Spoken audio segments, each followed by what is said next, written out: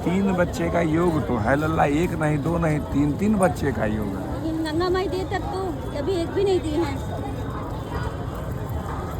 अगर घर में गैया, कौन से बिरादरी से आते हैं आप? अरे सुनार हैं आप, स्वर्णकार समाज। सर्वप्रथम घर के अगल बगल में गैया है? अपने पास गैया है? तो अपने वेदों में एक मंत्र है कि सर्वे देवाः स्थिता देहे सर्वदेवमयी गौः, अर्थात समस्त देवी देवताओं का वास निवास गौ माता में होने के कारण गौ को सर्वदेवमयी कहा गया है।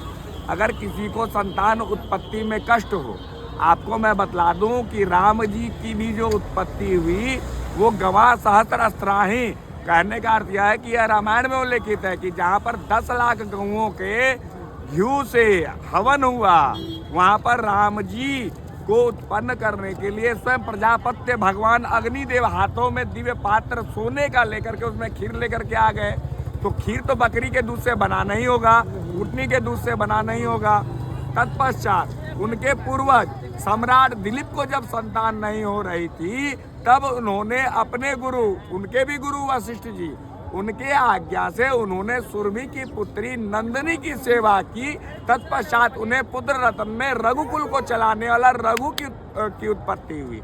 मेरे भगवान प्रतिपदा के दिन, प्रतिपदा अमावस्या के एक दिन पश्चात अगर किसी भी माताओं को आप दोनों के माध्यम से यह ज्ञान संपूर्ण समाज को मिलने जा रहा है हमारे इस आध्यात्मिक चैनल से, जो कि प्रतिपदा के दिवस से पूर्णिमा तक 15 दिनों तक 2 रोटी बना करके ताजी चूल्हे को मांज करके उसमें गुड़ दे करके गौ माता को रोटी थोड़ी ठंडी करके, गर्म रोटी नहीं, रोटी ठंडी करके अगर आप गौ माता को गुड़ के डाल करके खिला करके उनकी एक परिक्रमा कर लेते हो और अपने मन की व्यथा की कथा उस गौ माता को कहते हो, तो अगले 21 दिनों में वह आपके समस्त कार्यों को पूर्ण करने के लिए समस्त देवी देवताओं से आग्रह करेंगे।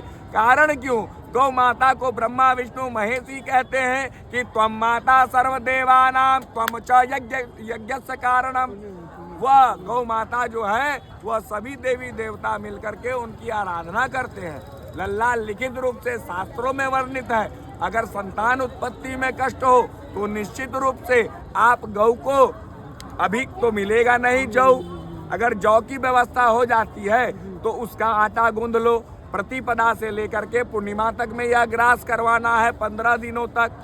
तत्पश्चात अगर उस मध्य में उस स्त्री राजस्वला हो जाती है, अगर शरीर खराब हो जाता है तो वह कार्य को रोक देना है। और अगले फिर प्रतिपदा से लेकर जो दिन बचेगा, जैसे 4 दिन 5 दिन कम हो गए, 5 दिनों, 4 दिन तो वैदिक शास्त्र में है, लेकिन 5वें दिन में शरीर की शुद्धता होती है, तो आप यह कार्य फिर बचे हुए दिनों में कर सकते हैं, ऐसा शास्त्रों में वर्णित है। और मैंने तो कई बार कई लोगों कहा और यह प्रमाण भी है। कारण क्यों? प्रत्यक्ष किम प्रमाणम। गाजीपुर मरदा थाना घरिया गांव चनखरा टोला में यह कार्य हुआ है। वह यदुवंशी परिवार था, हमने वहां अपना 26वां यज्ञ किया था और माँ भगवती की कृपा से 108 यज्ञ पूर्ण हो गए।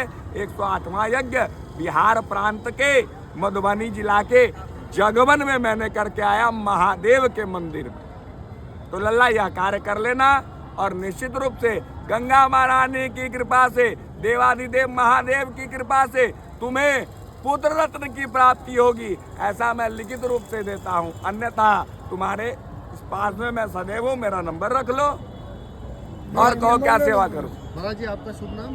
जय लल्ला। हम असीतानंद जी महाराज हुए, श्रीधाम वृंदावन गोविंद मठ परिक्रमा मार्ग पर है, अपने गुरु के शिष्य हैं और गोविंद मठ से हैं। असीतानंद नाम हुआ हमारा।